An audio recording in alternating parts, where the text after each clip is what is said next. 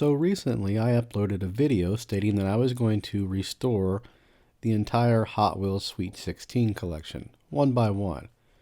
If you watched that video, you may recall I was missing a few of the castings. One of them happens to be the hot heap, which we have here. This is actually the second one I ordered. Unfortunately, the first one was lost in transit. So this little gem has proven to be difficult for me to acquire at a decent price. But it all worked out in the end, because I actually found another hot heap in better condition that also included an additional casting. So in the end, it was a win-win. That additional casting happens to be a TwinMill. This is actually a TwinMill 2. The original TwinMill was released in 1969, and the base color matched the body. It also had the bearing style wheels. Hot Wheels would re-release the TwinMill in 1973 as the TwinMill 2, which was a flying colors vehicle, also available as a shell promo.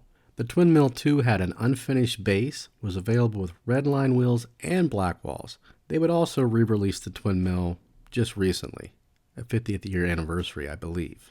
Now the example I have here has a very rough base, which just tells me it's been played with and loved. Because overall, it's not too bad. For being 45 years of age, the paint is in relatively good condition. There is some chipping.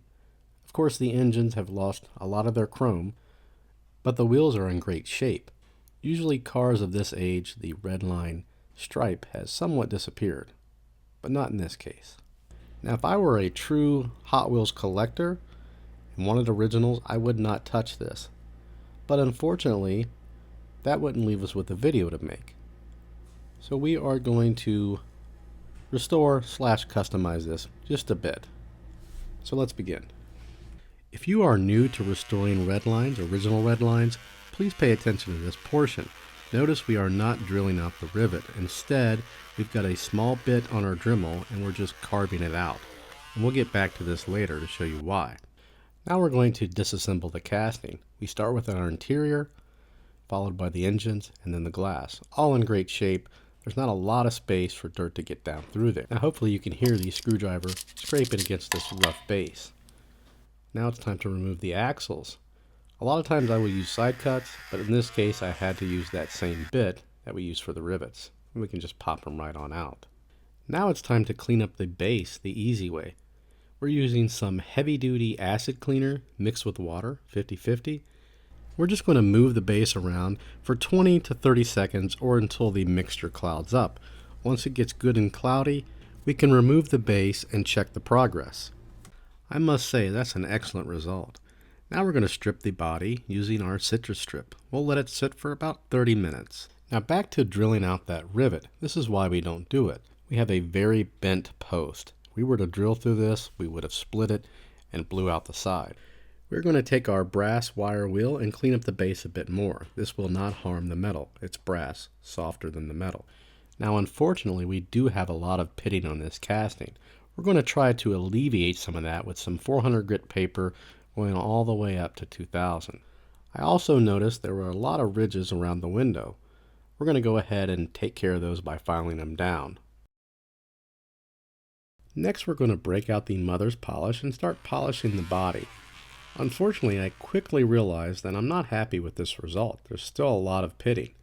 After we clean the car with warm soapy water, mineral spirits, we're going to go ahead and dip it in our acid. Now we can start zinc plating. After about 35 minutes, this is the end result. Now we're going to remove the chrome from the engines. We're going to simply drop this in some brake fluid for about 24 hours.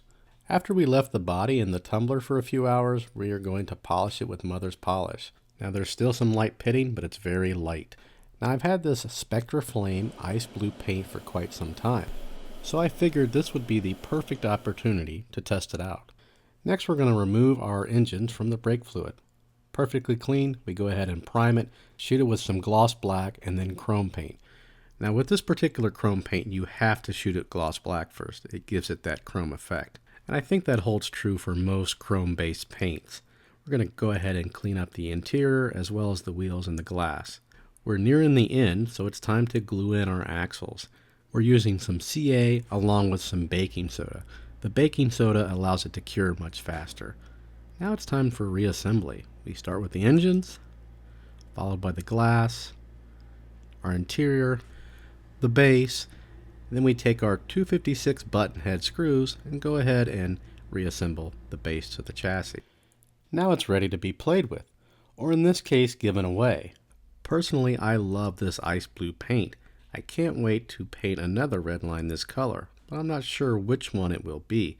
Now there is one thing I was uncertain with this restoration, whether or not I should have painted the base the ice blue as well, like the original TwinMill. Personally, I prefer the unfinished base, but that's all a matter of opinion.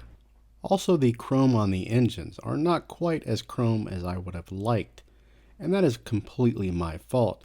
I made the mistake by clearing over the chrome paint, which gave it a dull effect. I'll know better for the next time. But whether you like it or hate it, I think it's a far cry from where it started from. I'm not a fan of the orange enamel paint, nor the tampos. But to be fair, I'm not a fan of many tampos. I like the cars to have a clean, basic look. This will be November's Patreon giveaway vehicle. I'll announce the winner on Patreon within the next few days. I'd like to take this time to thank my top patrons, which are Corbin Toll, Gary Burke, and Mark Kidd. I'd like to thank all the subscribers. Once again, without you, I wouldn't be here. If you see any of the tools in the video that you'd like to purchase for yourself, be sure to check out the Amazon links. They are located below the video in the description. I have links to just about everything you see in the video. And if for some reason you cannot find the link, go ahead and post a message. I'll be sure to point you in the right direction, whether it be Amazon, eBay, the Redline shop, or anything else you can think of. And feel free to post any questions or comments you may have. And as always, thanks for watching.